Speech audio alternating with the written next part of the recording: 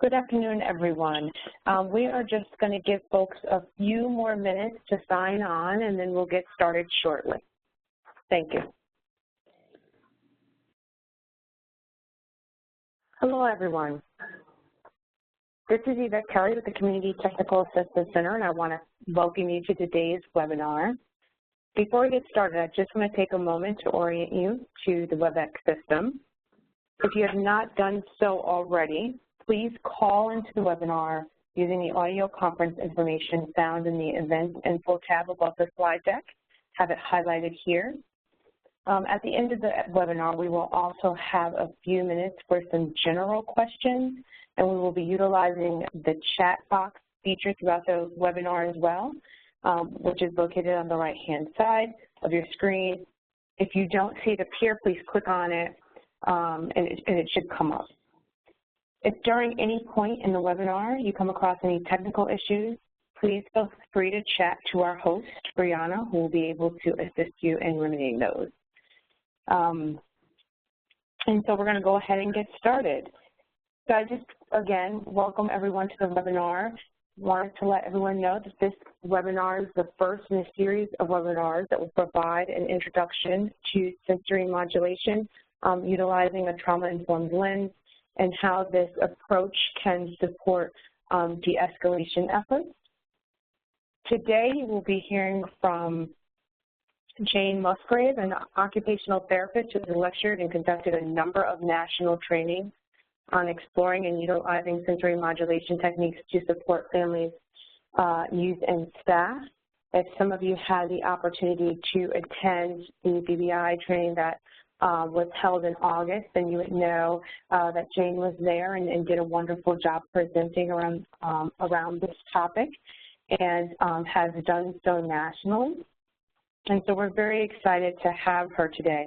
But not only will we have her today, I also want to remind folks that we will be hosting a Power Hour next week, which will allow you to speak with Jane directly regarding these techniques. So we'd like to encourage you to chat any questions that you may have during the time of this webinar that will help shape some of the conversation for next week. All right, so again, we're very excited to have all of you join, and at this time, I'm going to pass it over to Jane.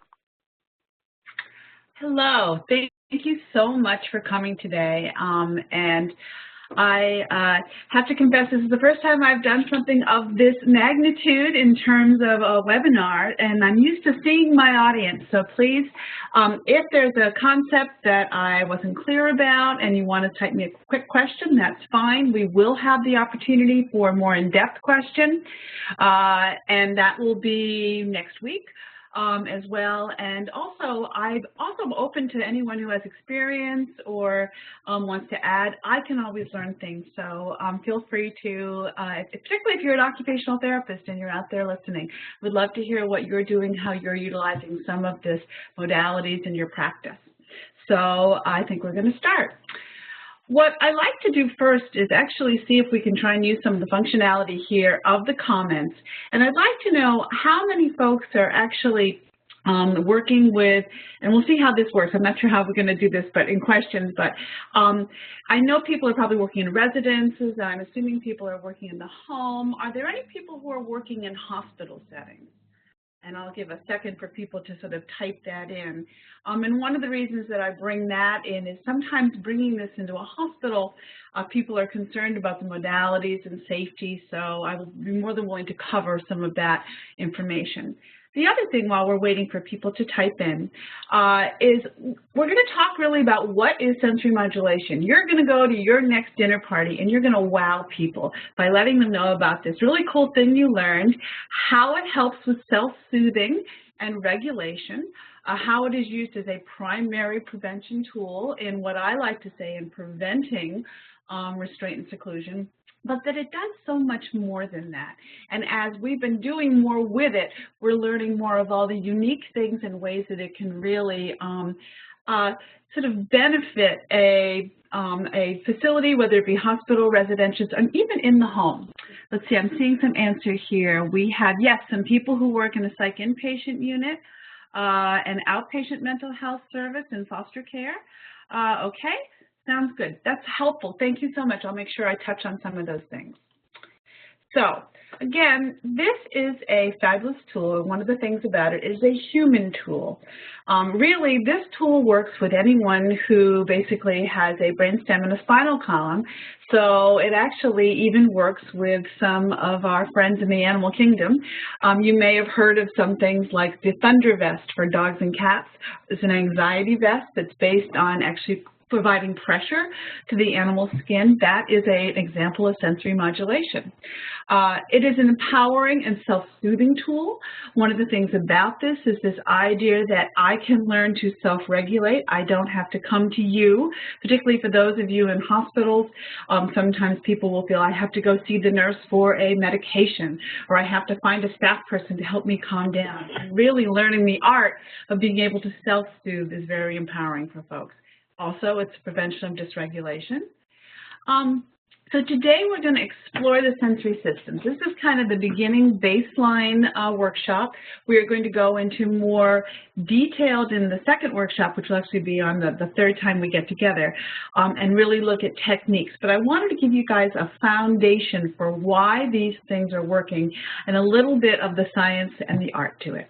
So today we're going to discover ways that you can bring this into your programs, into your hospitals, into homes, into families. I do a lot of work where I'm actually doing sensory evals on some of the kids I work with, and then I'll also do them on the parents or the care providers to see do their sensory systems and the way that they kind of gravitate towards things that they find calming and soothing, do they match? Or do they actually butt heads in some of those things? So some people need to get up and run while some people need to go take a hot cup of tea and sit in a rocking chair. You're also going to find ways to bring it into your own lives. My husband's a nurse, and he actually won an award for something called the Take 5 Room because he learned and saw that even nurses, particularly if they had to be doing, and it's certainly not an intervention, it's a crisis management of a situation of doing something like a restraint, the ripple effect of basically that trauma event to the whole unit when he worked inpatient, and how nurses were also dysregulated after something like that, and ways that you can actually have your staff practice this for their own self-modulation, their own self-regulation, which has a wonderful, I call it a healthy infection in a facility, so that kids can actually role model and see you doing these things. If you're a manager, as I was, you're supporting your staff in some of these areas, and really learning people how to feel empowered and in control of their emotions. One of the things that I love to say is we certainly can have reasons to be upset. And what I like to say is you choose to be upset, not let upset choose you, so that you feel you have control over that. Okay, so we're going to think about the sensory system is really how your body, your brain, your central nervous system makes sense of all the input around it. If you think of it sort of like a calculator or a computer, your body is the computer. We put information from the environment, that's the stimulus, that's kind of like the software, into the computer, and then the computer makes sense of what that means. So we have an inherent need as human beings to meet our own sensory needs. This is why when you're cold, you put on a sweater. This is why when the telephone rings, we're conditioned to answer it. I'm saying that because my phone in the background is now ringing. This is why when it's dark, we turn on a light, or when we're hungry, we go to eat something. We're actually responding really at our brainstem level to the stimulus within the environment. We practice this on a daily basis, and bringing in sensory regulation or sensory modulation techniques into our daily lives is actually one way to sort of really make it more of a second nature to ourselves. I talk with kids a lot about sometimes when you're starting to do these things, it's like learning to play an instrument. You have to practice, and practicing together can be a nice way within a family dynamic or within the dynamic and unit of, say, an inpatient facility. We used to call this a sensory diet. We're actually now calling it a sensory lifestyle. And I actually encourage you to think about, between now and the next time we meet, are there certain things that maybe you could bring in that you practice 2 or 3 times a day? I always like to say if we're asking our kids or the folks we're working with, our clients, to do something different, to change, it should be something we also have tried ourselves so we can understand that process a little bit better. Okay, we are going to honor another part of the body that mental health seems to forget about, and that's the whole other part of the brain that we don't talk about. Somehow when we think about mental health and we think about psychiatry, we're always talking about the frontal cortex. We're talking about how do you feel about that? What are you thinking about that? This is really where we're responding really in a much more in our sensory system, our brainstem and our spinal column and our 7 senses. So we're going to explore that, and there are actually more than 7. There's an 8th one I'm going to bring in, and then there's this mysterious 9th one I'm going to talk about today. And this is one of the things I love to ask my audience when I'm in the same room with you folks, is because then we have sort of like certain prizes, because I love, in my world there are always prizes, but for people who can figure out what the 9th sense might be. So we're going to talk about that today. This is a relatively new direction in mental health services. It's really only been going around for about 10 years that people have really been talking about it, and originally sort of started with this drive from SAMHSA on the idea that we must think about how we can eliminate, and I like to use the word prevent, restraint and seclusion from occurring, that is a traumatic event. It, again, has that ripple effect amongst any sort of community environment where it might happen, whether it be residential, whether it might be the hospital, that staff can also be traumatized by this. Other clients in the environment, other kids can be traumatized. We must figure out a way that we can prevent, that be more savvy about really seeing and learning if someone is starting to become dysregulated, what are some things that we can intervene? And how can we empower individuals to learn to self-soothe? One of the reasons that occupational therapists use this tool is the fact that we actually studied actually since the 50s, something called sensory integration, and that's why I asked originally if there were OTs in the audience. Sensory integration is sort of a brother-sister to sensory modulation and part of what we call sensory processing, or sometimes called sensory processing disorders. I actually don't think of this as a disorder because we all have our own sensory modulation sort of coping skills. We may have things that we're more sensitive to or less sensitive to. That isn't necessarily a disorder. It's actually something we can work with. So every one of these, whether you be a very high, and we'll talk about this in a minute, a seeker, or you are very low and avoiding, there are positives and negatives that come with that concept of being maybe more than most or less than most, or a little bit more or a little bit less than other people. So what happened was actually 2 occupational therapists in about 10 years ago said, we've been doing this with kids for such a long time, but it also has a huge impact with adults, and it has a huge impact in mental health. And they really brought that idea of utilizing the sensory system for self-regulation, but also for another part, and that's called alerting. We'll talk about that in a little bit. So it's kind of that other end of the spectrum. There's the self-soothing piece, and then there's the grounding, focusing, or alerting piece, and that actually makes up sort of the whole continuum of sensory modulation. So what are some other things that this does? We've talked about it in helping with agitation and self-control, but also can improve engagement and motivation, particularly, say, engagement within your treatment, engagement, motivation within your own life, learning to really interact and be present in your life. We've also discovered that it helps with the natural cadences of life, and those are the changes, the transitions that we go through in a day. That can be improved sleep. Also improved focus and concentration. So that helps with the ability to intake information and hold on to it and be able to use it in other environments, i.e. learning. And this is actually a statement that comes from the recovery concept. And I realize when we're working with kids, we don't talk about recovery so much. That's more of sort of an adult concept. But that talks about ability to participate in your own hopes and dreams. That is very empowering. And that whole idea, I actually consider hope is the catalyst for change and knowing that change is possible. And even teaching kids that, so you may respond this way right now when you're upset, but that can change. You can grow and change, and we can do some things. Here are some tricks of the trade. Here's some things that are fun. Here's some techniques. Here's some tools that you can use. So the overall goal for today is that we're going to help people, and I say people because it's humans in general, and if you want to throw your dog or cat in there as well, you can do that, manage their own individual sensory needs in safe, effective, and satisfying ways.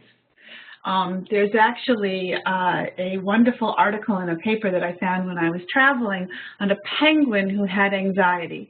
And the penguin was so anxious that all of its feathers were falling out. And, you know, penguins are flightless waterfowl, and it's literally the feathers that keep them sort of from sinking and allow them to swim. So what they did was they created a pressure vest that was made like a wetsuit for the penguin. And that continuous pressure across the penguin's surface, his skin surface, actually helped him with self-soothing and calming, and all his feathers grew back, and he's a healthy, happy penguin today. So, all right, I'm going to ask some questions, and feel free to type in some answers. We'll give it a little time here.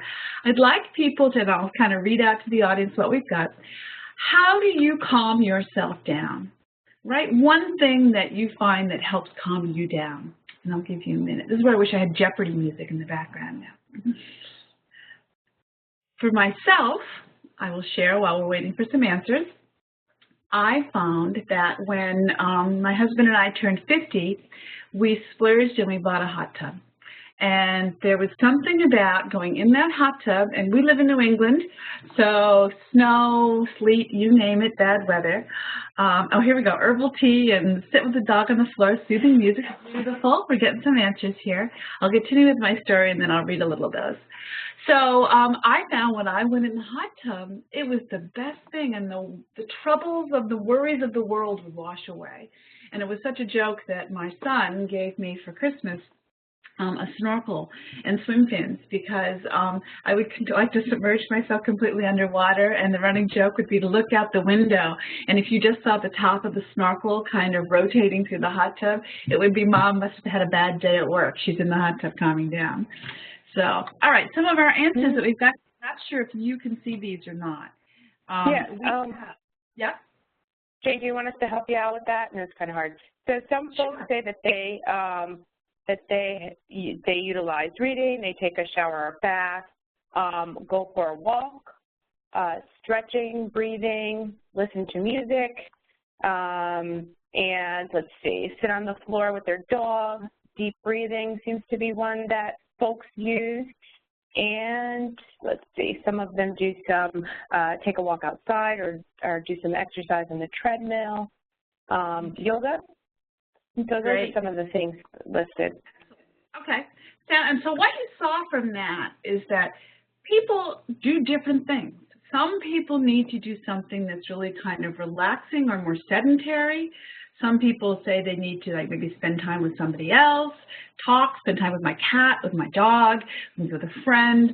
Some people need to really walk and get out there and move. That those are things. And it's important to know that even though we have such commonalities within our central nervous system, we really do have uniquenesses in the way that we approach this. That's important to know as somebody who's working with folks, that something that you may like may be something that the other person can't stand. Sort of a running joke when I worked for one agency was the head of the agency and head of, accounting loved lavender and ordered about, I want to say, 5,000 pounds of lavender. Well, that's wonderful, and she loved lavender. Not everyone loves lavender. So it's important to remember when you're working with folks what their sensory system is seeking and really help them identify for that. Okay, we're going to ask the same question in reverse. What do you do to wake yourself up and pay attention? And please feel free to answer some questions, and Brianna or whoever did that, if you'd like to read those out for me when they're in there, that would be great. Again, sure. Some of the ones that I hear commonly are coffee, which will say, and coffee is one of the first ones here, I love it, better living through chemistry. I certainly hear things like take a shower to get myself up. Some people have a real ritual and a routine. Some people find that they just have to do it. and some people will say to you, I have no problem getting up whatsoever. Those people are somewhat mysterious to me. I know that since I retired, I have a whole different kind of technique for getting up and getting going than I did when I was working. Again, that's a transition. So people will find as their life responsibilities, roles, or situations or environments change, they may have to change some of the techniques that they have used. So why don't we see what we've got here? Do you want to read some of those off? Sure. We have coffee. Some folks get up and take a walk outside, stretch, go for a walk or run, shower, jumping jacks, stretching, bending, some of that stuff to get them up and going, get some fresh air, and perhaps go on a morning bike ride. Someone actually said nicely to me, convincing myself to get up, and I'm in that same category, so I understand completely. Again, I was finding this morning it was very cold, and I thought, gee, it's kind of nice and warm in here. That's a sensory response. Again, we are unique in the way that we do this. So let's go to the next slide. Okay, I get to tell one joke. Allowed to tell one joke, so here we are. This is Adam at home, and the doorbell rings, and the man at the door says, so what tastes bitter to you, lemons or limes, and what smells better, hot asphalt or gasoline fumes, or which is more annoying, fingernails on the blackboard or that high-pitched audio feedback? And Adam's like, wait a minute, wait, what kind of pollster are you? I'm a census taker, but don't bump. Now, I know you're all laughing hysterically, obviously. That's my one joke, so there we go. But again, it's that idea by sometimes simply asking questions, you're going to understand where someone might have intuitively some techniques that they're using that they don't even really recognize, because some of these things become second nature to us. All right, so can you name some senses? Let's see. So people, name some senses for me. I always start with the top 5 heavy hitters. We'll see if we get anybody's answers here. We have taste. So we name taste. Good. Yep. Taste is one, definitely. What else we got? Yeah, Nicole said something, but I'm not sure what it exactly is. Vestibular. Oh, someone's very good. Okay, you guys have happy points for that one. I want to know if they're actually a OT. Sometimes that's what we have to take on our test. That's how I know. Okay. Someone even got the other one. Okay, we're going to keep those 2 hidden for a minute because we're going to get to those, but I might ask you questions about that. So it looks like we've got what I call the 5 heavy hitters. So we've got hearing, which is a snazzy word, auditory, seeing or visual, smelling, olfactory. We've got taste, and we've got touch.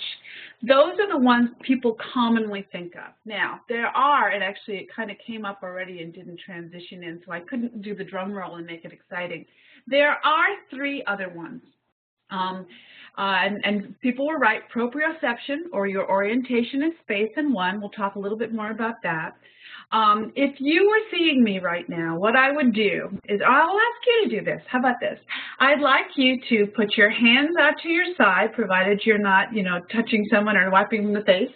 Put your hands out to the side, close your eyes, and I could tell you, even though I can't see you, I'm going to bet 99.999% of you guys didn't fall over flat on your face.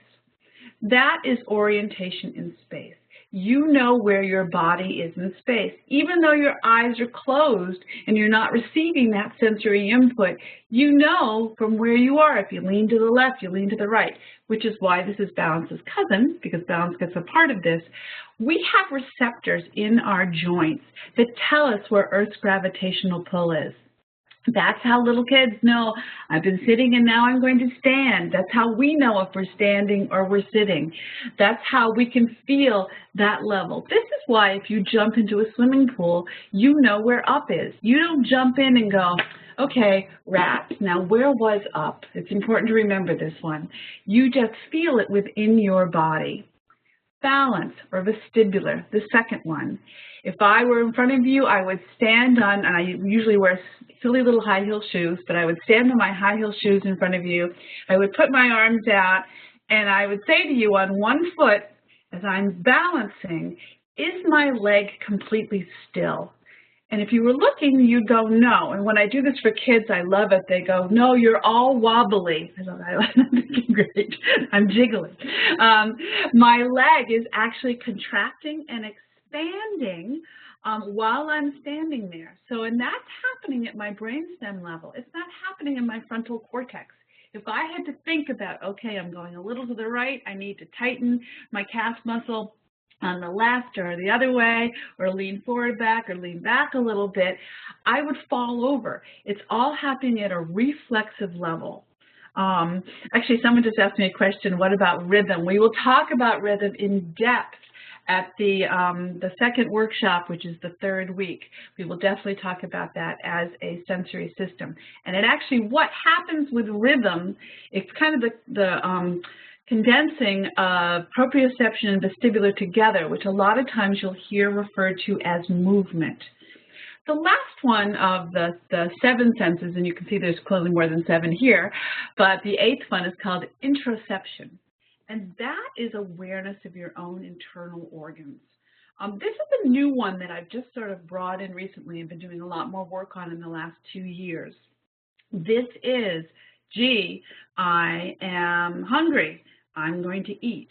This is, I am eating and I'm full, so I need to stop now. This may be, ooh, I need to pee. I got to go find a bathroom. And that awareness of our internal organs. I find a lot when the work that I've been doing lately is that kids who are on the spectrum tend to have some challenges in this area. And that's where sometimes you get into incontinent issues with, kids who are 11 or 12 years old, sort of in those areas.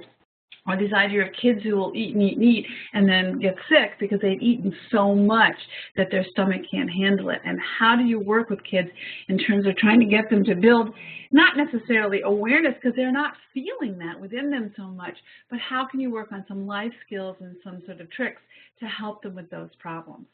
Okay, we're going to go to the next. Oh, then I want you to think about what might be the mysterious 8th sense. And I will take a few answers on that one if you want to type some things in. Okay, I'll wait for those. That's okay. But we'll go ahead while we wait for some of those answers. The 8th sense. My husband makes me reveal and save the 8th sense. So, the just right balance. If you leave with nothing else today, I'd like you to leave with the just right balance concept. Common sense. Someone got it. Very good. Whoever wrote common sense, again, you were in my audience, you'd be getting a fireball right now to take home, or a squishy toy. So the just right balance is when the person is both calm and alert. This is the place that self-awareness can exist, and it's also the place for best learning. So if you are going to be teaching a kid something, if you're working with somebody on a life skill, on a sensory skill, really thinking about should we maybe start this activity with some techniques for calming and coping or learning, depending on where that person is. And I'm going to go into a little bit more detail about that in a minute.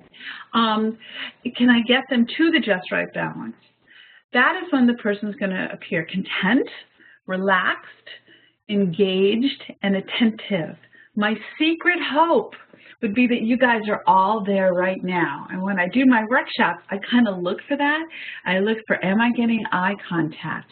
Are people sort of nodding if I come across a topic that makes sense to them or if they can relate to? And if they're not, this is when I go over and I may give them some spicy gum or, like some lavender for their wrists or any of those kind of things and actually employ some of the techniques.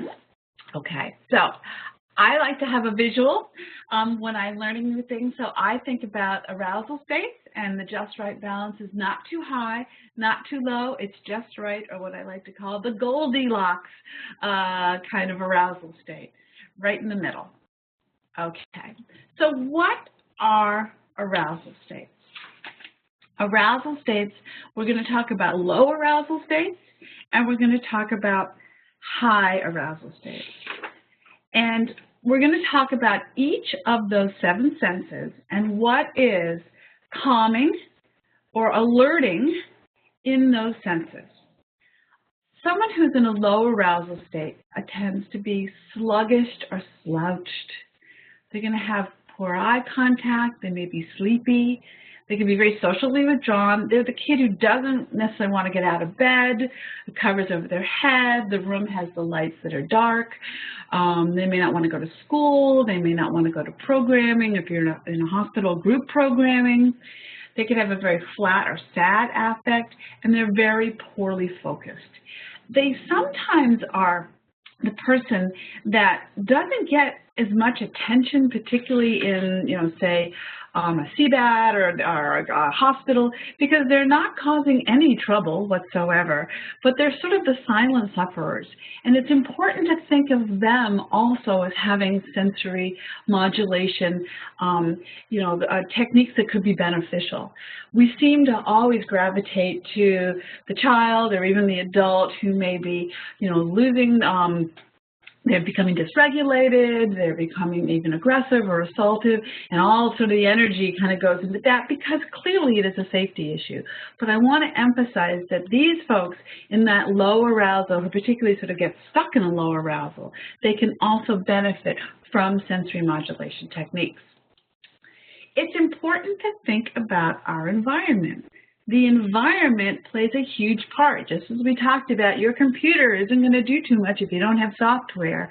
Your sensory system isn't going to be able to kind of utilize the techniques and abilities it has to integrate things if there's not stuff going on in the environment. Is your environment barren?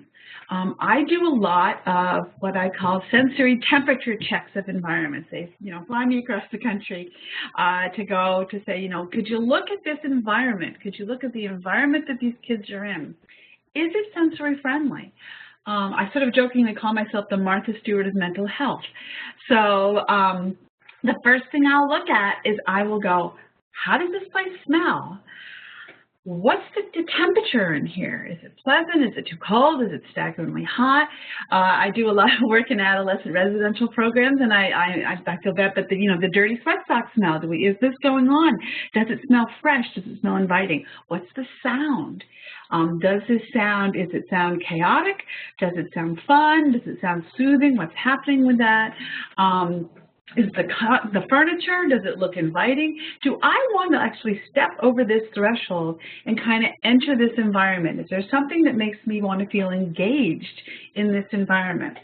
Is every bedspread the same? Does every room look identical?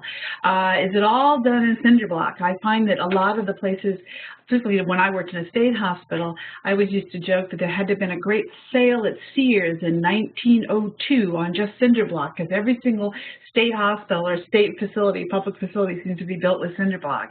And I would talk to housekeeping, they go, yeah, it's easy to clean. And I go, yeah, and it's gosh darn kind of unattractive. So how do we soften an environment? The other thing, so what I'm going to encourage you, when you leave this today, I'd like you to go stand, if you're at work, stand in the door, outside and walk back inside. If you are going to work in a different day, the next time you get there, and do that sensory temperature check. And I mean temperature, meaning read your environment, not just the physical temperature, the degrees, but the smell, the sounds, the sights. If you are a brand new person, never worked there before, or if you were a client being enrolled or admitted there, or a parent enrolling or admitting your child there, what would your first impressions be? And would they be positive? Would this be a place that you want to engage more in? Another piece of sensory deprivation is limited variety.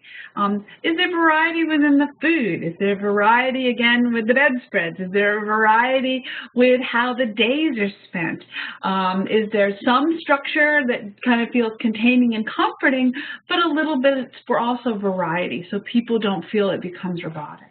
And then the last one, which we sometimes don't think about, is control.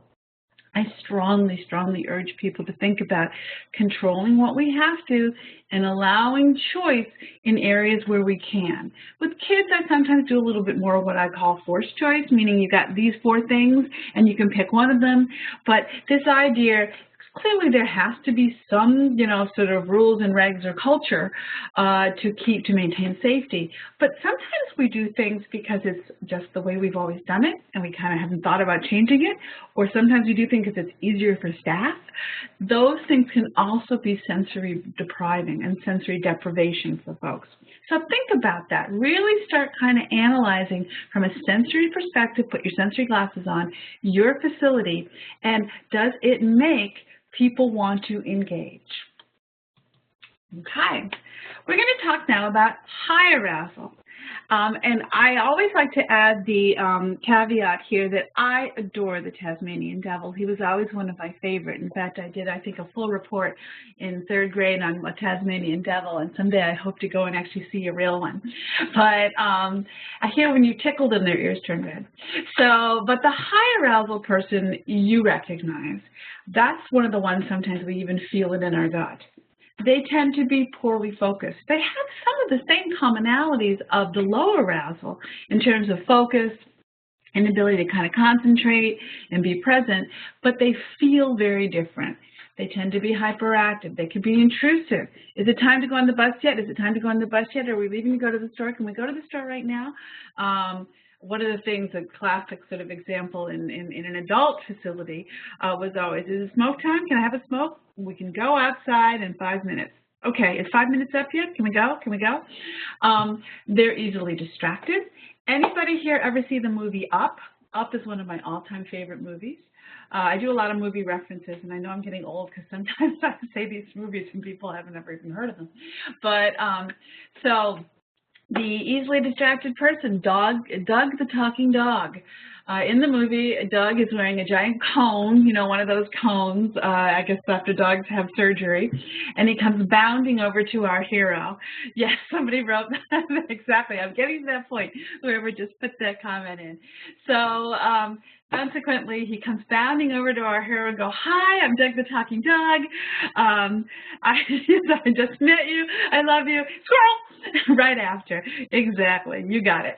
So that is that individual. Now, I am speaking a while ago, about a year and a half ago, in a wonderful place in New York, actually, and so called Green Chimneys. I love this, a great place. I think it has a wonderful farm. I'm not aware that it has a farm. I'm near this huge big picture window. I have all these people kind of in the presentation. We're talking about this. We're talking about distractibility. And by the window walks a peacock and a camel. And I'm finding myself so distracted that I can't even remember where I am in the presentation. The folks in the audience don't even take a second look at the peacock-camel combination. I didn't even know they could be friends, actually. And that's because they were desensitized to it. They know they have peacocks and camels there. I think they have 3 camels. They know that these two are friends. They know they walk by together, just kind of take these walks together. For me, it was very distracting. That, again, put me in a different state of arousal.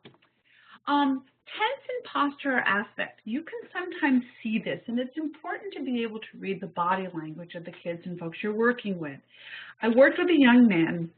He was about 17 years old, and he was somebody that a lot of my staff had decided they didn't want to work with because they found him, they were really concerned about him.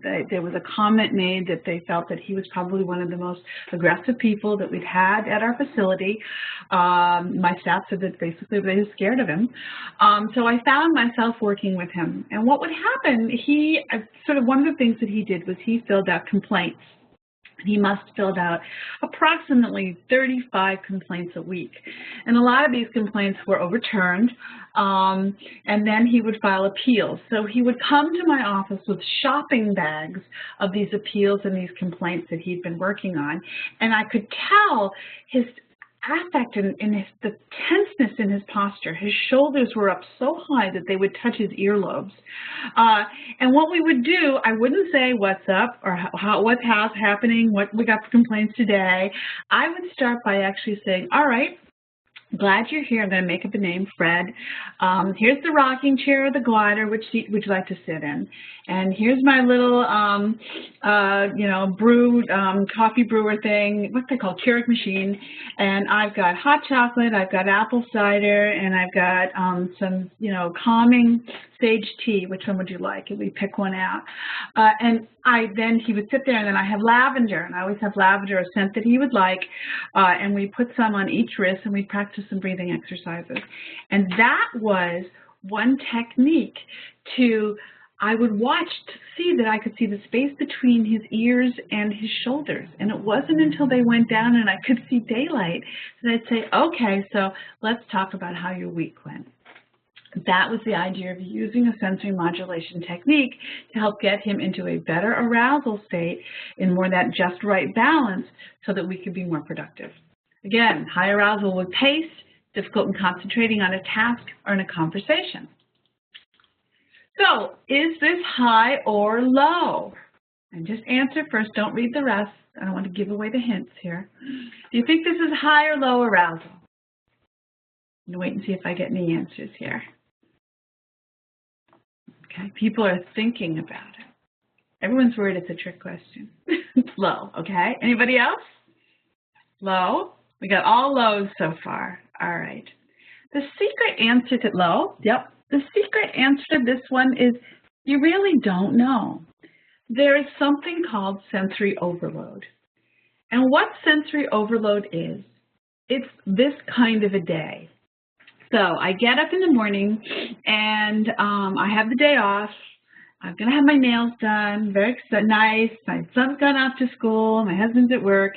I get up, I even wake up a little bit early, unusual for me, but I'm looking forward to my day, and the phone rings, and it's my boss who goes, oh my gosh, the Joint Commission accreditation is here at the door, and I can't be there. So consequently, you've got to come in immediately. So I go, all right, I will do that. I will, I grab my clothes, I put my coffee on top of the car, I spill it down the front of me, I get to work, I've got coffee down the front of me, I'm trying to do what I have to do. The things I need are actually with the person who took another day off. Things go well, I go home, I'm feeling frazzled. My kid goes, oh, I forgot to tell you I have a huge project due. Could we go to CVS? Could we get that? And my husband goes, guess what? I invited some people for dinner, I forgot to tell you. All of a sudden you go, Calgon, take me away. And you find yourself literally kind of hugging in on yourself, pulling your head down, maybe putting your hands on your head, and you are in sensory overload. And it's this idea of one more thing happening and I might blow. When you come in, particularly as we come in, we don't know what's happening in folks' lives. Right the few minutes before, they could have had something emotional happen. They could have felt like they had a bad phone call, a bad conversation, something didn't go right, a bad test grade. You don't know. They could be in sensory overload. And the idea is that if you see something like this and you don't know what's going on, you want to make sure that you play it safe and always assume maybe it's sensory overload first. And you might want to do some calming techniques. You will never calm anyone into a coma, I promise you. It will be fine. So therefore, if they look at you and go, no, I'm just bored, it's fine, then you know that's okay. All right, let's come out, maybe get some fresh air, play some basketball, do some of the learning activities. Now, someone's giving me a long answer here that I'm going to quickly read and see. People have different levels of emotional arousal, the amount of empathetic involvement, from no awareness to emotional experience of those that have things here. Have to think of it, empathy, whether real or not, or projected. Yes, definitely. People can have different levels of emotional arousal. They can also have different levels of sensitivity to it. We'll talk a little bit about that, and that's also, we'll talk a little bit, and probably much more so in 2 weeks, about the idea of, is this behavioral or is this sensory? So please keep that question, and I will continue. I'll look at it when we talk a little bit more next week. Okay. So we showed this to some people and asked them what they felt. I'm just going to sort of share. Some people said it's lovely, it's spring, it's gorgeous. Some said it's prickly, it's nasty, it hurts my eyes, it's too bright. Again, an example of how we all might perceive the same sense differently. Second one, I asked people how this feels. It's actually a picture of my backyard. I think I should have mowed the grass. But and some people will go, it's calm. Oh, it looks lovely, but I want to go in the pool. Looks really lovely. But if I were to add another sense to this, and the sound feature doesn't work, so I have to do my imitation of this. If I were to add this sense, yes, that is my poor imitation of a mosquito. You might have a very different feeling about this environment. We are multi-sensory beings, meaning that we do not just perceive things in one sense zone. We will perceive all of it. If this was very, very windy out there, or if it was actually really cold, that might help you feel differently about that environment. Okay. All right, what we're going to do now is go through the senses, and we are going to talk about what is calming and what is alerting. The calming things have in common, one of my favorite sentences, they tend to be mild and soft, they're predictable, there's a rhythm to it, and somebody asked about rhythm, and this is where rhythm comes in. Rhythm is calming for us. They're simple and they're familiar. Alerting things are strong, they're pronounced, fast-paced, they don't have that rhythm. The bumper cars at the amusement park versus the Ferris wheel. They're complex, they're new, they're surprising, and you can't predict them. You need to be on your A game. So vision, talk about vision. Calming things, we talk about soft colors, neutral or dim lighting, a pleasant scenery, and studying something really interesting or appealing. I'm actually looking at a question here. I'll answer that in one sec. Hold on. Actually, can we hold that one for the end? Because that's a good question. I'm going to ask our folks to kind of keep that question on sensory overload. Is that okay? All right. So studying something appealing. Actually, some people have asked me about video games. That's coming in a lot, the handheld games and those kind of things. Are they calming or are they alerting for kids? At times, some of these can be calming for folks, kind of takes them away from other things. That's actually one of those delicate questions. It really sort of depends on the child and how they respond afterwards. Alerting, bright colors, artificial or bright lights. Anything that's a complex visual image that you really kind of have to study, and our peripheral vision. We are much more heightened by things that are coming at us from the side than from the front. And the reason that is because we cannot judge distance from the side. Therefore, it's more startling to us if something comes at us. Like if someone bumps you from the side and you haven't seen them, you have that startle reflex, whether you can gauge how close or how far away a potential, and the reason we do this is kind of like a threat in flight or flight kind of thing, how far close that is to us, and is that something we should be worried about? Smell. Smell is one of those things that everything of these happens in nanoseconds, but smell seems to happen in faster nanoseconds than our other senses. Calming things are mild fragrances, pleasant smells, and positive associations. A lot of smell we actually associate with memories, and people with trauma histories sometimes find that they'll have a smell to have kind of a memory or a feeling, but not understand why they're having, because they can't actually hold on to the memory, but they may have the feeling.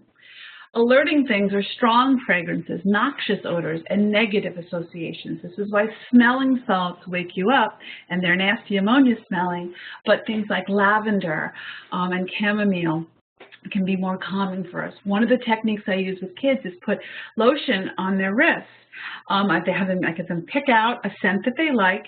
I generally pick from the calming senses, and therefore they're allowed to put that on, and we do breathing exercises with this. I'm just going to look and see. It depends. Okay, so people are asking some questions. Cool, excellent. All right. Taste. Calming tastes are mild and sweet. There's like butterscotch, chocolate, hot chocolate, apple cider, those kinds of things. Pleasant and alerting are strong or spicy, sour, bitter tastes, unusual textures, cold, anything that's distasteful and you don't like. One of the things that I find is I've done a lot of work with people who are engaged in self-injurious behavior.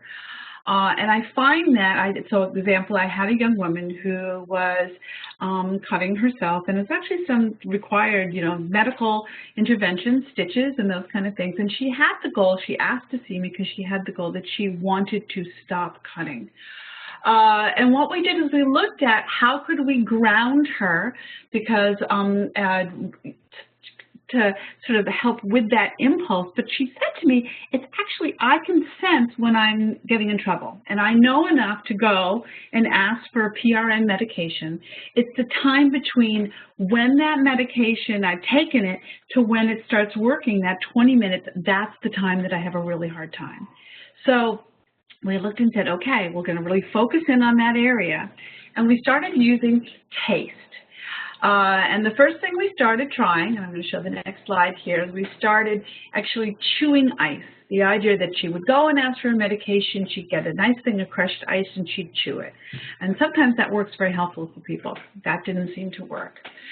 We actually even tried another technique where she'd have the ice, but we'd have a frozen washcloth in the freezer. So if she got the ice, she'd grab one of these pre-frozen washcloths that I'd scrunch up in a ball, and she'd pull the washcloth apart and have to get it so it was out straight, and then she could put it on the back of her neck for cold, and she would chew the ice.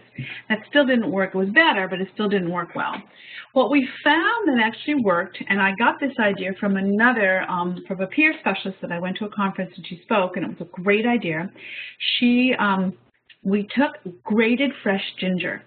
And if you've ever tasted grated fresh ginger, I can promise you, when you taste grated fresh ginger, the only thing that you're really going to be thinking about is grated fresh ginger on your tongue.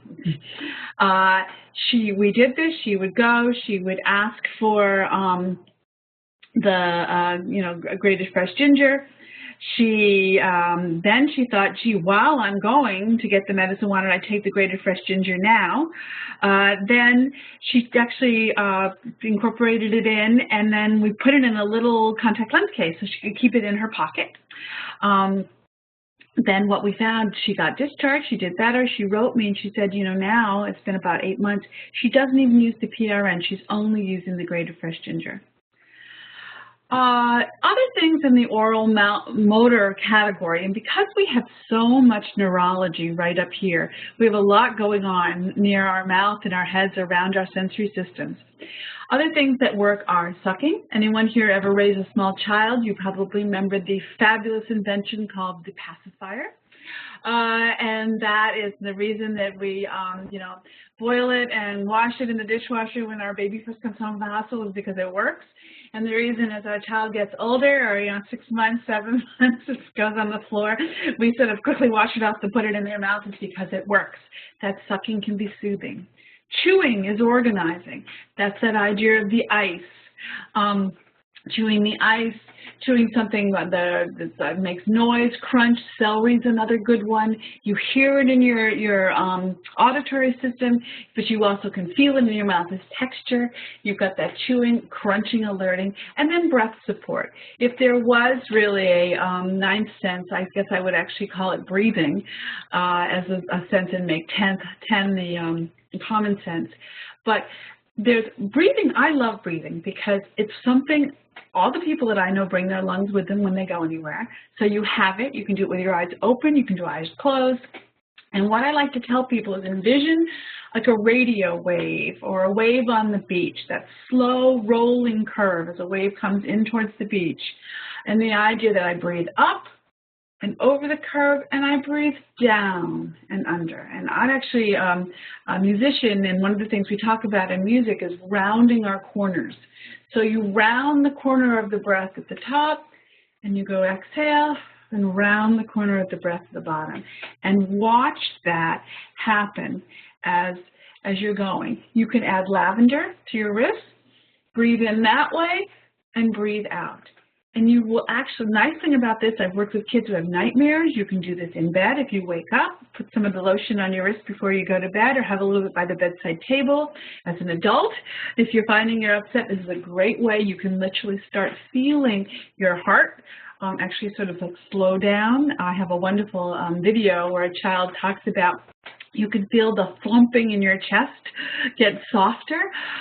So a huge tool, and I strongly encourage everybody to use it. All right, touch. we are going to go into a lot more detail about touch in our second workshop. Suffice to say is that our skin is our largest sensory organ.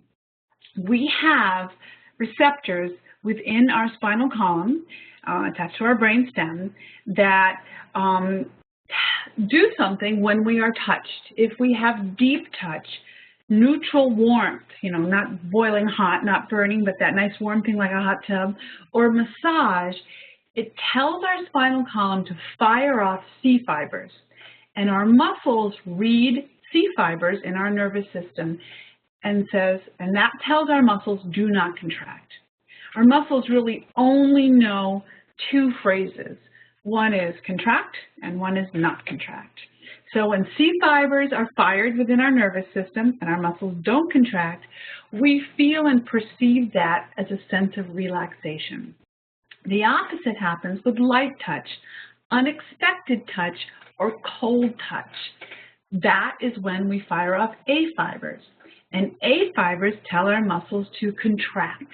And if you look at the pictures I found here, we've got the dog whose all of his muscles are nice and loose and non-contracted, and we've got the penguin who's starting to kind of curl up and contract his tummy muscles, etc.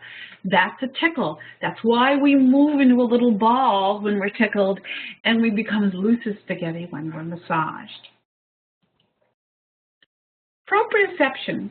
The next two, proprioception and vestibular, again, are proprioception, your body in space, and vestibular, our balance. You'll see them a lot in the evals, and when I write an eval, I actually consolidate this into a category called movement. Calming things are joint compression, slow rhythmic movement. This is why a swing works, a hammock works.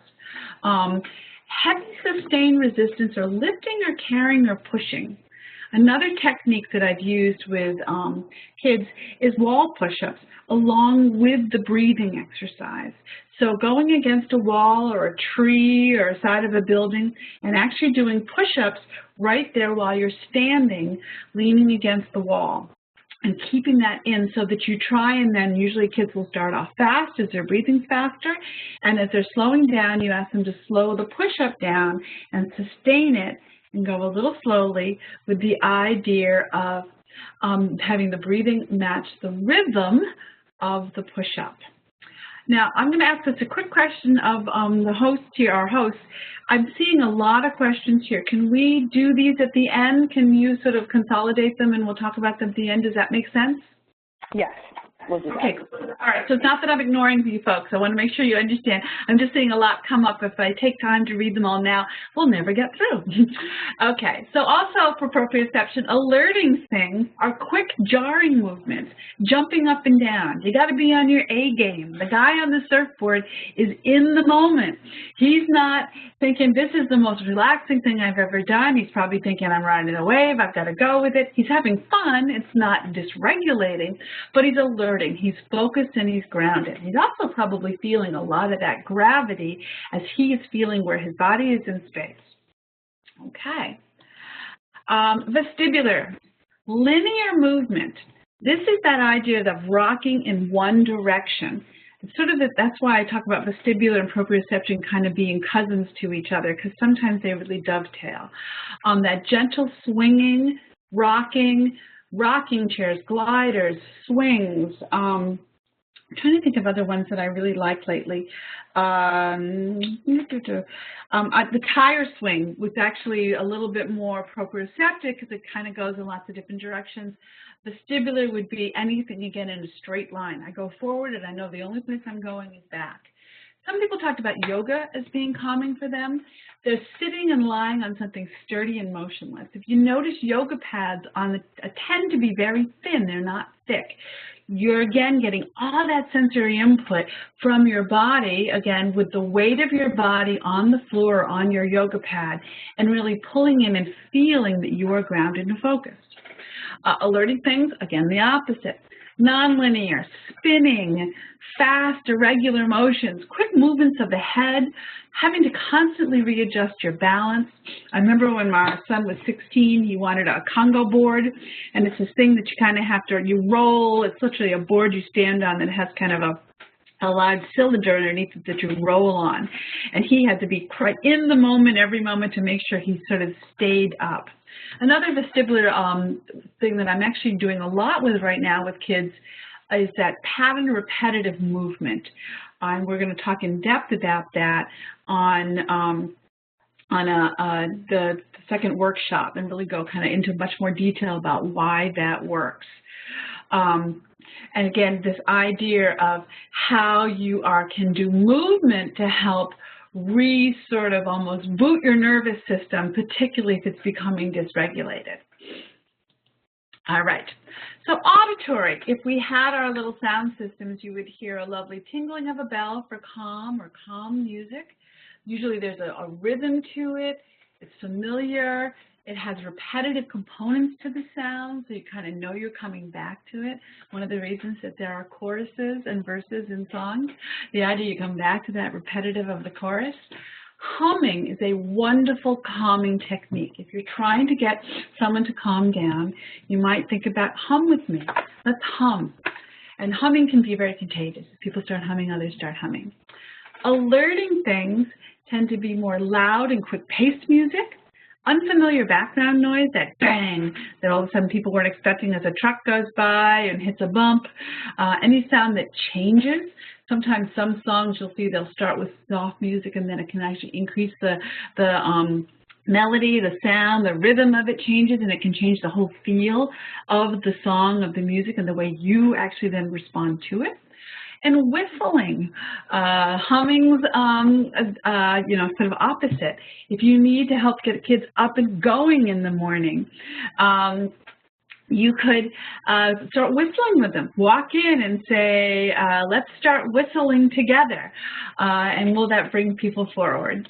Okay, and get them up and going. I find if you're having if you're like me and getting up in the morning is a hard time, try whistling. That breath exchange and all those kind of things will make you feel more alert, make you feel more present in the moment.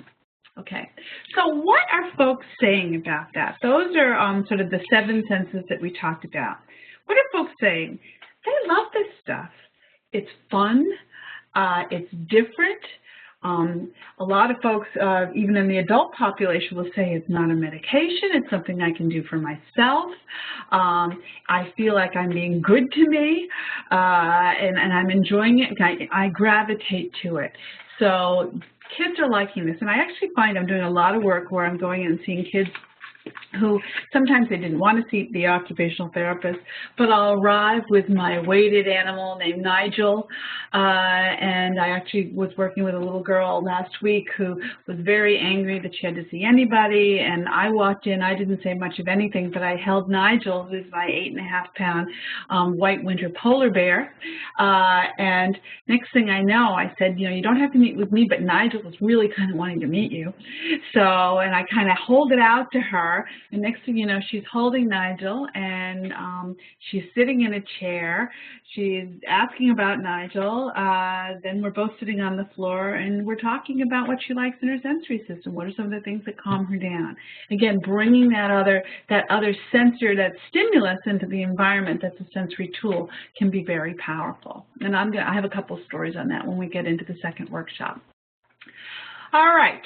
I am going to I'm just noticing this question, describe Beatles music versus Elvis. What a great question. I'll see if I can do the Beatles justice here when we get to that. We're going to talk about intervention strategies. We're going to talk a lot more about implementation and kind of techniques in the second workshop, but I wanted you to have this foundational starting place for that. But I'd like to talk about assessments.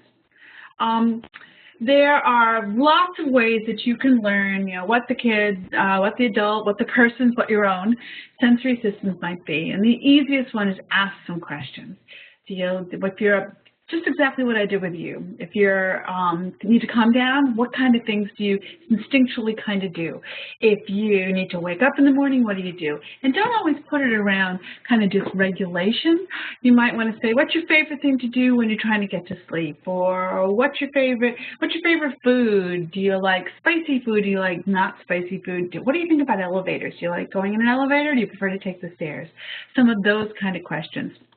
and get a lot. There certainly are some simple screenings. You can find some things online. I have a whole bunch of stuff in the references at the end that you can find that will have things with screening.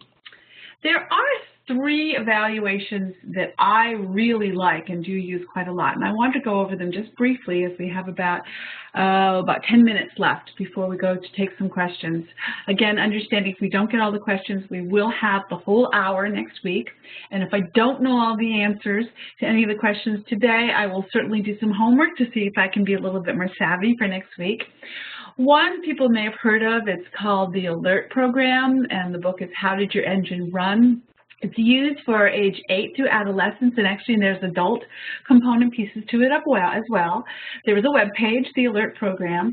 I like this because it has a lot of nice visuals. It has a lot of what one girl I saw last week, a young lady I saw last week, she goes, homework, I like the homework, this is fun homework. Around getting to know yourself. I will say to kids that when we're doing this, that this is the time now where they get to be the teacher and I'm the student, and they're going to teach me about them. So we're gonna learn all about you and kind of what makes you tick in terms of being focused and getting ready for bed and getting up in the morning, and how do you make yourself feel calm. So a lot of nice things. It has this idea of an engine, and the engine runs, and how fast your engine or slow your engine is running.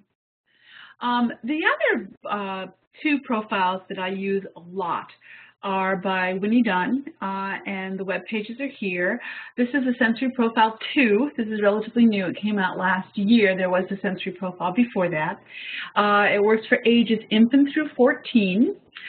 There's also, it is a caregiver questionnaire, meaning that the person who really knows the child the best is the one who fills it out. So it could be a parent, it could be a care provider. In a residence, I've had residential staff fill these out. It also has a school companion one, which I love because I can do a comparison between how the child really from a sensory perspective sort of presents at school versus how they present in their more sort of living environment. And the school companion one has a nice, because they have called school factors, which is very helpful in terms of sort of looking at how to organize, how can this child best succeed, how can we really sort of create an environment that doesn't change for the other kids but helps really support their sensory needs in the school, as well as some questions around behavioral to help sort of tease out, are we really seeing something that's completely a behavioral response, or are we seeing something that is more of a sensory processing response? What this does is looks at identifying when the child seems to be most stable and what are those sensory preferences that are being used or kind of in the environment during those times, so we can capitalize on that. The next one is for adults and adolescents. What's nice about this is actually it says age 10, it's really age 11. That this starts. And so you can have an overlap between the child one and the adolescent one. And I've actually done this with adolescents who are falling in that category, kind of 11 to 14 and 11 months, and have them do both.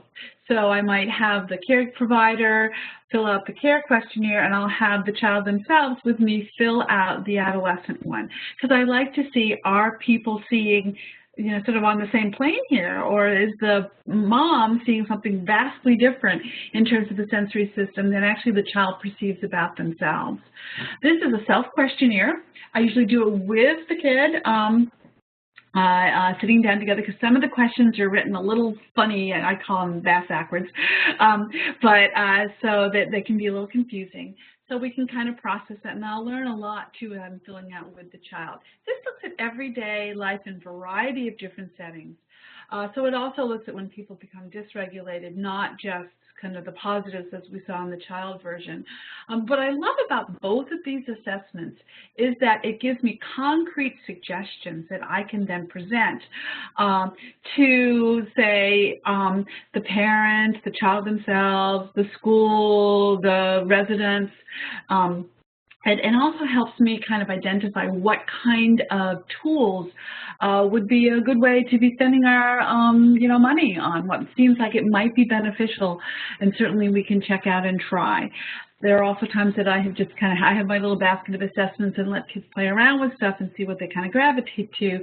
But I certainly can see sometimes if clearly movement is in there, then we're going to look at making sure that we can incorporate opportunities for those kind of things within the child's day.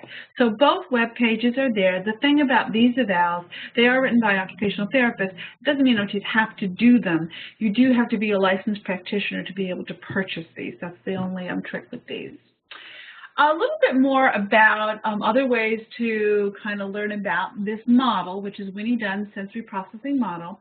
She wrote a wonderful book, which is actually for lay people, meaning parents, and I love it, I read it, called Living Sensationally, Understanding Your Senses.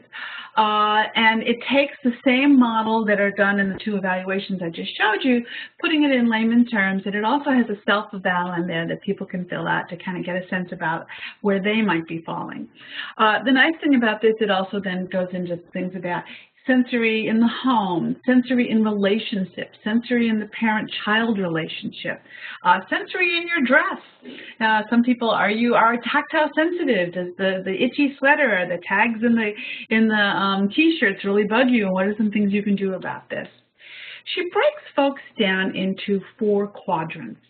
And what the quadrants are, as you do these evals, you'll come out and see that people will score either just like the majority of folks or just like the majority of children, or much more than or much more than or less or much less than other people or other kids in these 4 quadrants. And this is how, and we're going to talk a little bit, kind of end on this because this will come again. We'll talk a little bit more in our next workshop. And you can think about for yourself during this 2 weeks, where would I fall in some of these categories? Because we all fall in all 4 of them, but it may be that I'm just like everybody else or I must be much higher than sort of the norm in this area. So the seeker. The seeker is someone who needs to create excitement, likes change. They are a little bit like Doug the talking dog. Oh, there's another change, there's another change. I'll look over here. They are the one who wants to touch everything on my sensory table when I put things out. They are the person who has no problem. Oh, yes, let's go rollerblading. Fine, we'll go for ice cream. We'll do this. So they are looking. They want more in their sensory system. They want more sensory stimulus, and they need more to be able to feel it. The avoider, somewhat the opposite. They are too sensitive to the environment. They need less.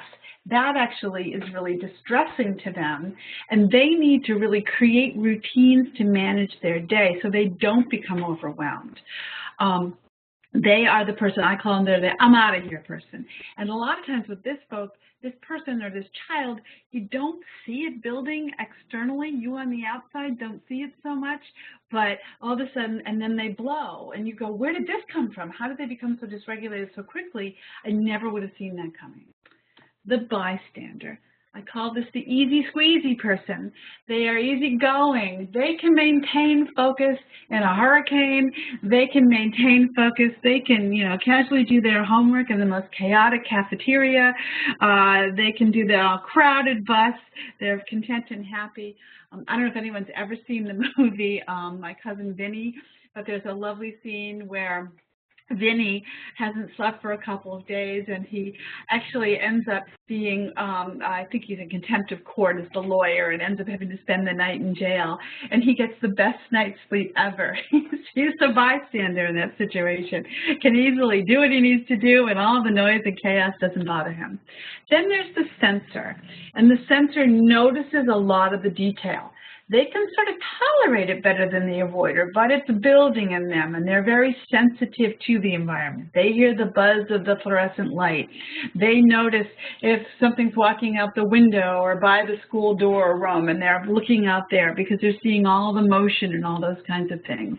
And they usually have a precise idea of how they're going to deal with it. So a little bit more on some of these as we kind of roll into wrapping this up. So we're going to not leave you hanging, but we're going to leave you hopefully like, with that news at 11, wanting more. And this idea of the sensory profile. So low registration people tend to say, I don't smell things other people do, or I don't get jokes as quickly as everybody else. They have a low response to high stimulus. The sensory seeker. The sensory seeker enjoys sensory stimulus. They want more sensory stimulus. They want more of it, you know, within their system, so they're seeking it out. They're the ones who add spicy food. They like spicy food. They like trying new food. They like all those kinds of things that you can do on the spur of the moment. They actually tend to seem like they're bored. They tend to sometimes your kids with ADHD seem to be seekers. They have some of those kind of that in common. Your sensory sensitive, they have a high startle response. They have a high response to sensory stimulus. A lot of folks who have a history of trauma in their background will have high levels in the sensory sensitivity category. They're the ones that you say hi and they go, and they're going right up to the ceiling with a startled response. They might not be able to handle being in a messy room. It's too distracting for them. I used to call this the Mary Tyler Moore syndrome because Mary Tyler Moore, and then I'm really dating myself, but in her TV show, if she was upset, she had to clean the entire house. It was one way that she felt control about some things that were going on and couldn't tolerate being in that messy room. And then the last one, the sensory avoider. They have a low tolerance for stimulus, and they deliberately have to respond to it to reduce that stimulus, or they have to avoid being exposed to that stimulus. This is my husband in Costco at Christmas time. I am a low registration, and my husband's a sensory avoider. And I think maybe that balance has made the marriage work for all these many years. But it's this idea that we're in Costco, it's Christmas, it's crowded, I've got all the things we're buying to have 14 people for dinner. I turn around, my husband is nowhere to be seen because he's in the car. He has gone and hidden in the car, and he'll even say, I told you I had to wait in the car, I couldn't handle it anymore. And I'm thinking, no, you said boom, and ran out the door. It was like boom, gone. He is somebody who he has to wear gloves if he's doing any kind of a sticky, messy thing. He only likes familiar foods. When I first met him, tuna fish was his lunch of choice. We've worked on that over the 25 years. But he was calmed and comforted by being in that kind of an environment where it was very predictable. And therefore, he didn't need to use the amount of energy to kind of keep it together. On a closing note, as we kind of get towards questions here, one of the things that I find is sometimes people will make have a thought that if I just keep exposing this child to this situation where they're having a hard time, they're going to learn it better, they're going to get it better, it's going to make sense, i.e., let's use a picnic, a very chaotic picnic that's going on. And I'm working with a young man now who's about 11, and he is an avoider. He becomes dysregulated when there's just too much going on around him. And he actually can become aggressive during these times.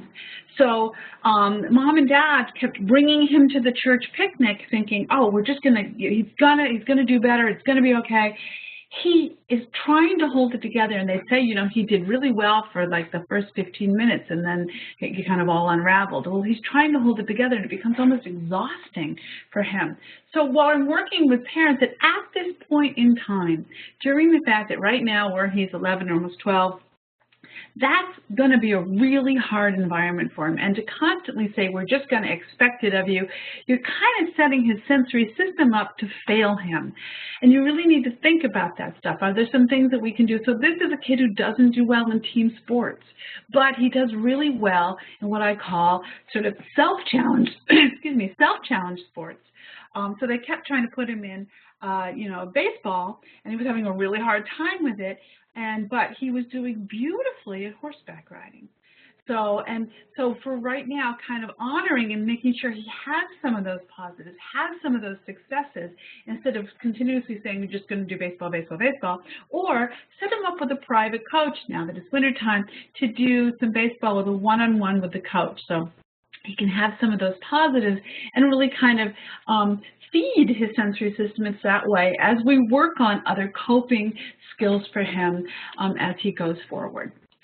Okay, so we have our sort of last slide, and this is one of those, keep calm kind of things, but see behavior and think sensory.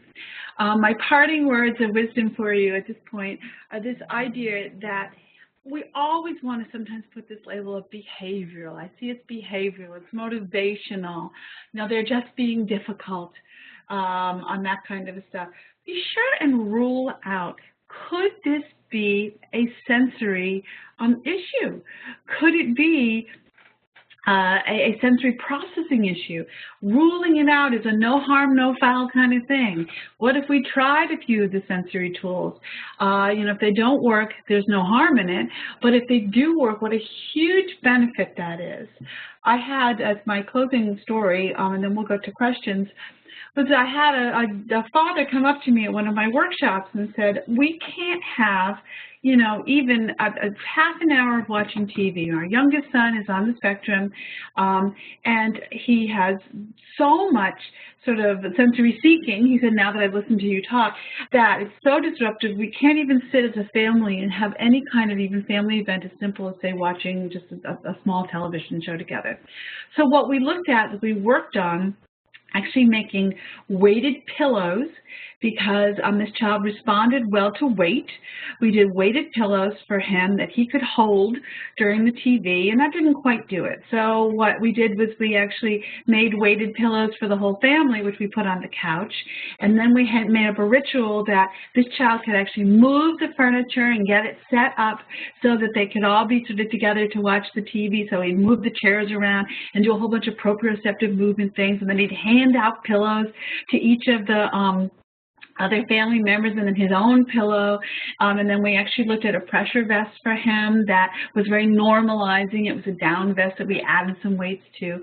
And he, and the father came back to me over time and said, I can't believe we are actually sitting and watching a TV show.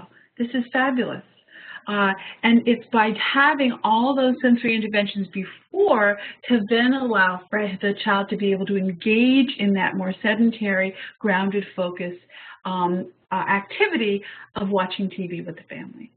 Okay, so I think we've got about 7 minutes or 8 minutes left, 7 minutes, and I know that our presenters wanted to show a few more slides, and maybe we could go over a few quick questions and save the other ones for next week. Sound good? Hello?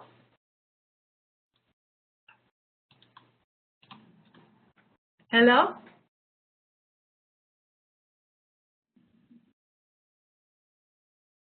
Hi? Hi, Jane. I'm sorry about that. I think Yvette may have been disconnected, so let's just hold on one moment and see if she connects. You got me worried for a second. I thought maybe I had been, and I've been talking to myself for an hour, okay? Oh, no, thank you. That presentation was very informative. It's very, very helpful. Thank you.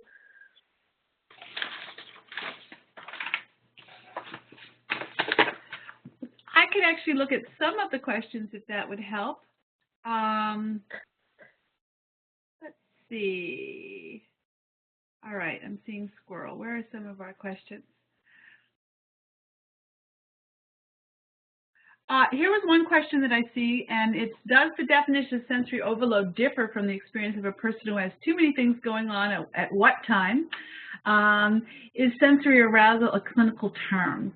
Sensory overload is really, the definition is, and I can actually look it up because I think I'm speaking more anecdotally here, but it's this idea that it is too much, too fast, and I now can't handle it, and I am becoming dysregulated. A person who may have too many things going on at one time still be able to kind of juggle it or start, you know, do that kind of a thing, or be able to say, wait, this is too much, I'm going to put that aside, I'm going to deal with what I have to deal right now. But the sensory overload is this idea that I am one step away from really having a complete meltdown. And I talk about it almost like being a circuit breaker has gone off. We have an internal circuit breaker that's tripped, so we kind of feel completely numb because it's just too much. I can't deal with it. And if one person says even one nice thing like have a nice day, or you know, why are you looking so glum, Jane, then I would explode. So that might be a definition of sensory overload. Is sensory arousal a clinical term? It's a term within the sensory modulation language and kind of venue. It's also a term that is used in Dunn's model of sensory processing. Okay. Let's see, some people actually answered on some of these things about electronic devices. And again, it depends on the situation. Electronic device may be calming for a child, but a school may have a policy banning them. That's actually true. I have some situations where actually they can be very beneficial for some kids, but because of school policy, and we're actually looking at if an occupational therapy evaluation kind of, you know, supports a particular tool, are there ways that we can make sure the child can have access to some of those tools, even if it's in, you know, going to the you know, learning lab or going to a special place, so that they actually can use what's working for them. Therefore, the desire to use the device may trigger the child during school time. Okay, here we have, I work with adults. Part of my concern with touch is that one of my individuals will take as more than what it is. He has difficulty with understanding certain boundaries, but I think that touch could be beneficial. Do you have any suggestions? Yes, touch doesn't have to always be human-to-human touch in terms of that boundary piece. Actually, I just finished publishing an article with a very dear friend who works a lot with people with developmental disabilities. And she actually has to do swallow studies with them, etc. So you can use touch in a non-human contact way, such as things with weighted bears, weighted blankets, pressure vests. And I'm actually going to go into a lot of detail about that at the next workshop, and including how to make some of those items for yourself. And I get no, you know, I'm not affiliated with any company in that way, etc. So there are also some ones that I can recommend versus other kinds of blankets as well. All right. Let's see, we have another question here. What are ways to implement some sensory techniques with youth with ODD and are on the track for CD? I think many of the children in the setting I work with would be oppositional to try tasks to do something considered babyish. Absolutely. What's a good way to sell these ideas to adolescents? I actually am going to do a lot of that on the workshop, particularly on that, particularly because I'd also worked with adults for a long time. When I was the director of rehab, we had adolescents and adults, so I had to really cover both populations and make sure, you want to make sure that the tool is, you know, engaging and a person wants to use it. It shouldn't look like a therapy tool. I try and normalize things as much as possible. That's why we've added weights to, say, down vests. We're lucky that we live in a part of the country that down vests are very normalizing. When I said this in Phoenix, Arizona, they looked at me like, what is she talking about? But pillows instead of animals, blankets. You know, adults use blankets as well. So there are definitely some ways to bring some of these techniques in. And there's some companies now that are specializing in sensory tools for adolescents, particularly if kids had used some of these tools when they were younger, even the Chewy toys and some of those kind of things, Chewies. There's a new company out that's making, you know, dog tags that are chewable, the Chewy, so that they look much more adult, or certainly so the stigma isn't there on being a sensory tool. Okay, let's see. Hello, Jane. Can you hear me? Yes, I can. Oh, I do apologize for the technical difficulties. I think what we're going to do is poll the questions for our webinar next week. I did happen to jot down all of the questions, so I do apologize for the technical difficulties, but we will address those. But it's 1:30, so it's time to close out the webinar.